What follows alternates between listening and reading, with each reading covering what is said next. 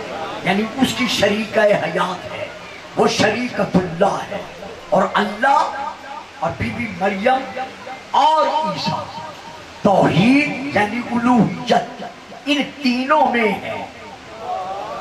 بات واضح ہوئی ہے یا اور واضح ہوئی؟ یعنی اللہ بھی اللہ ہے، بی بی مریم بھی الوہیت میں شامل ہے، جناب عیسیٰ بھی الوہیت میں شامل ہیں۔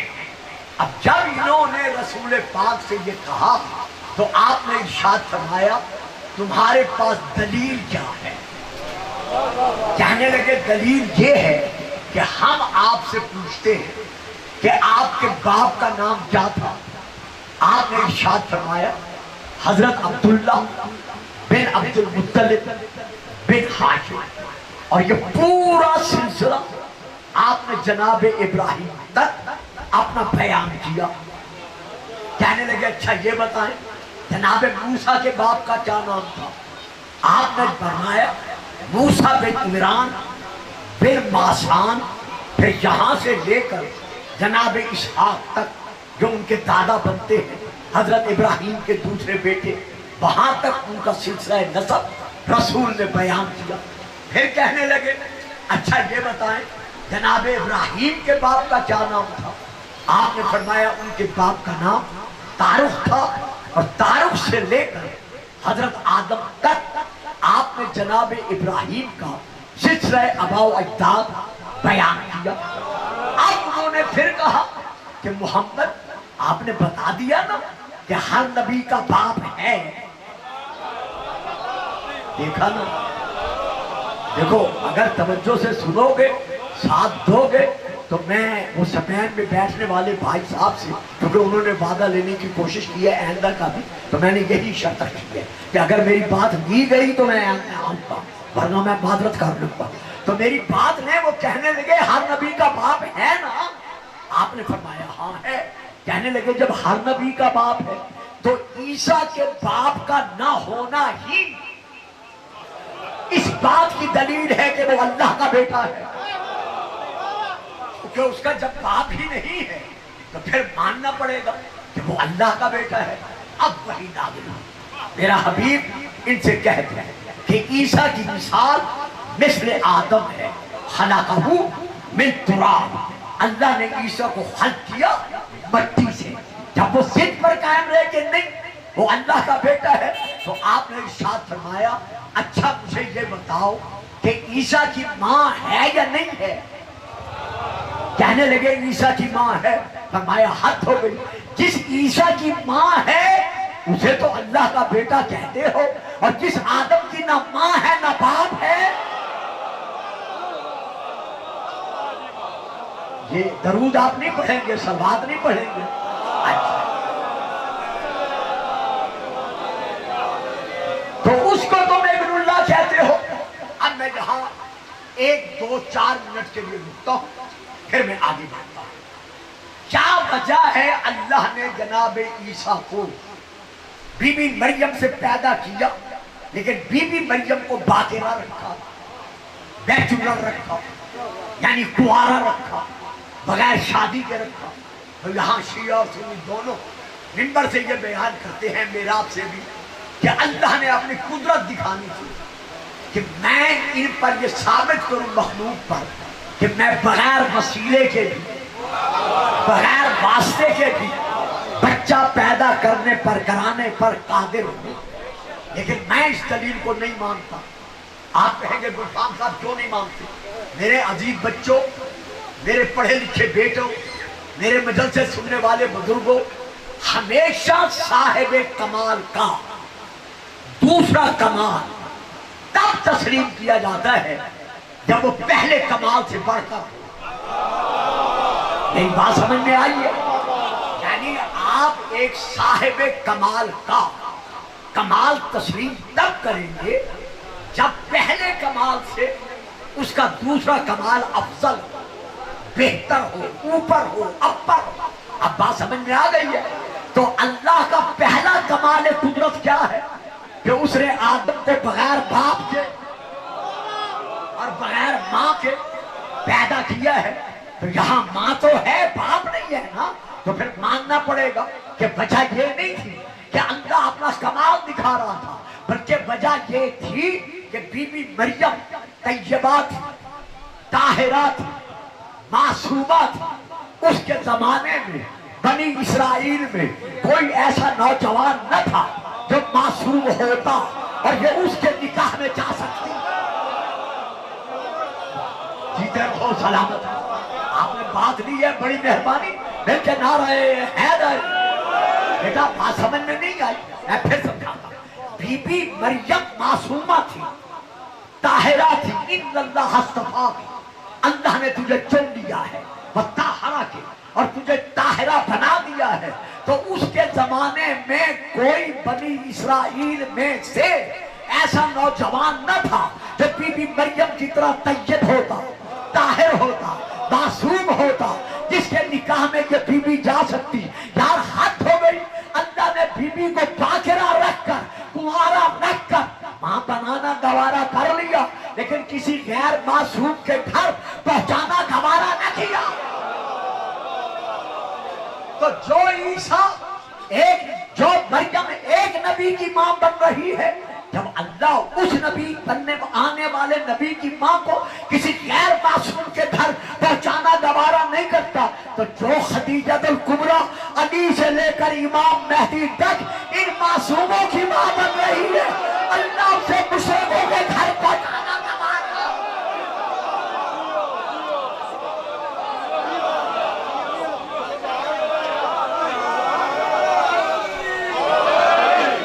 نہیں صاحب، اس طرح نعرہ نہیں چاہیے، نعرے میں بھی اتفاق نہیں ہے۔